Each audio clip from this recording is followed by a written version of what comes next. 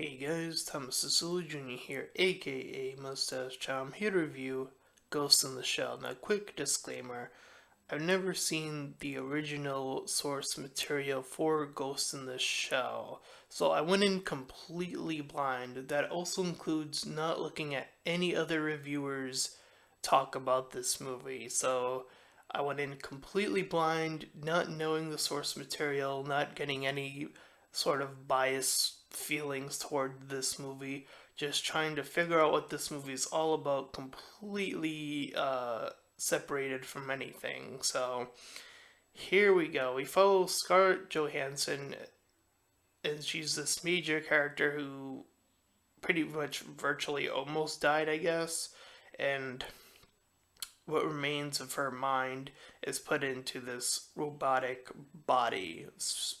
In simplistic terms, it's pretty much like an android, I guess.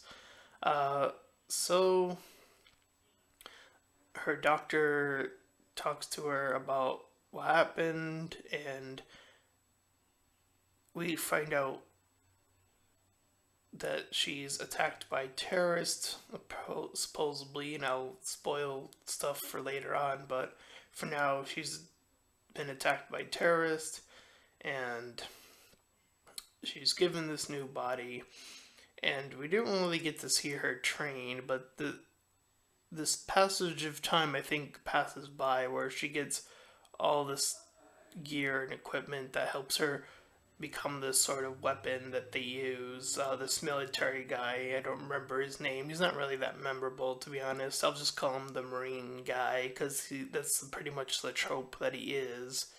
Um, Says he's gonna buy her or something of that nature. He's gonna use her essentially to use her as a weapon. So like I said, there's some sort of time passage, and now she's like standing on this building. She's like scoping out the area beneath her, and she has this. As you can see in the trailer, she has like the skin-ish shoot, and I'm guessing it's like that so that she can like blend in better. I'm not 100% sure about that. Um, and when she gets into battles, it kind of follows the slow motion trope that I wish kind of wasn't there for this. I felt like it kind of took away from moments that could have been just quicker and snappier.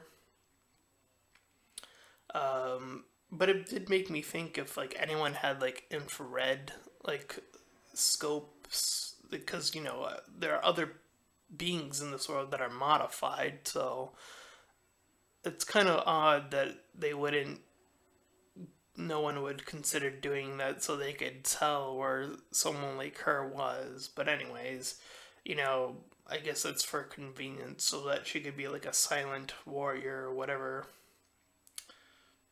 Anyways, it's a pretty creative world. It's a futuristic world. I'll give it that much.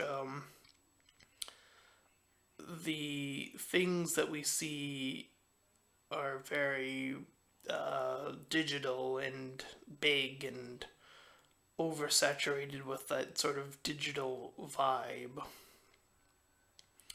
Um, anyways, this guy who I guess was mostly responsible for creating most of the robot stuff got hacked because he also has parts of him that are, and he's hacked by this.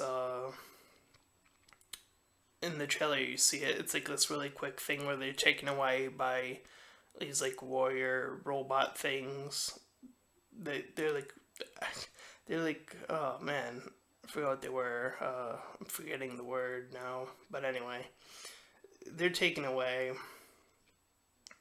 and most of them are killed, and there are a bunch of guys. And one flaw I'll say is that this particular group of attackers, we don't really get to know who they're attacking for, like what their purpose is. Like they just seem to want to do things, and I felt like that was really kind of left out. Anyways, she's teamed up with her partner Bato, and I don't know anything about this relationship, but he seems to be slightly more human. And when they bring one of the things back, one of the robots, uh, she says that she wants to go into what's called a deep dive into it, and when she comes out of it, apparently this causes her to face more glitches. Uh, from what I could tell from the main scientist, the one who kind of saw her as a mother. So we learn about this main bad guy named Kaze, who was going around and just, according to them, taking people out and so forth and so on. And there's like another group of individuals, I don't know if they're part of the same group that attacked that building, but they were like in this truck and they started attacking. Again, just sort of unorganized. Like, it feels like a lot of the events that happen in this movie are very unorganized from each other, even though I think they're all supposed to be connected. That's the feeling I got anyway. Uh, let's see. I got my notes here because this movie was kind of hard to remember, honestly. Uh, and at one point, I believe she gets captured and she wants to go back in at one point, and she uh, she eventually meets up with him after like, his, the main marine guy, the bad one, is all like, oh, kill her, whatever, we don't need her anymore. um, and Kaze's all like, oh, these pills that they've been giving you have been used to suppress your memories. And then when she goes to return to the place, and the marine guy's like, oh, the doctor, it's like, he's telling the doctor, it's like, oh, take her out or whatever. And instead, the doctor, being all mother like, gives her her real memories. And I believe she meets her mom. I believe that, I don't know if that's, I don't remember if they actually said it or not, but um, so yeah, so she meets up with her, and then the people she's working with, some of them get taken out, and Kaze eventually gets taken out, and she learns who she is, or her real past, I should say. And then the Marine guy sent out a spider, which again is what I think took. I think that's what took down Zeke, or it was something else, like a vehicle or some sort. Anyway, she gets super lucky. Uh, the dude she was with saves her from out of nowhere, and the ending kind of just is like super lucky. I would say, based on what I know. So the Marine guy was shot and killed, and that's essentially the end of the movie. So, uh, I get what they were going for, and they have their whole moral at the end about it's all about what you do and not about the past and stuff like that. And the issues came from, more so I think, from the bad guy's side, like trying to understand what their motives were for everything, I think was continuously unclear throughout the movie, except maybe the Marine guy is like, yeah, we, weaponize stuff. He's essentially a cliche.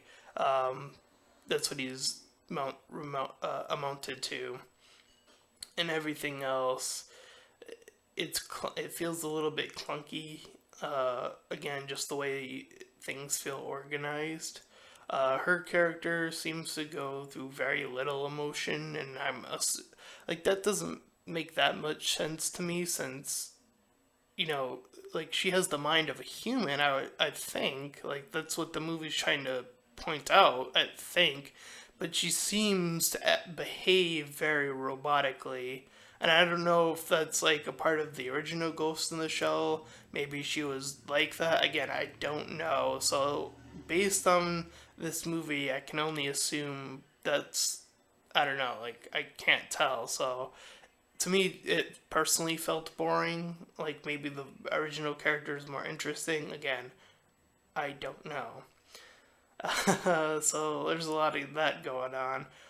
Uh, so, based on everything and the action and, the confusion and the acting, and, to be fair, she's not the only one that feels like that. Most of the cast actually feels like that. Like, that Bolto guy, whatever his name was, the white haired guy that eventually got his eyes taken out, like he felt like he had the most to offer. But even at that, it wasn't that much. It didn't like again, it didn't feel like that much was given. Um, and other than that, I heard about the controversy stuff, but again, it doesn't really matter to me at this point. Like, it never really did to begin with. I think it was kind of stupid, but, you know, if you're gonna adapt the thing the way you wanna do it, and whether or not you get it accurate, whatever.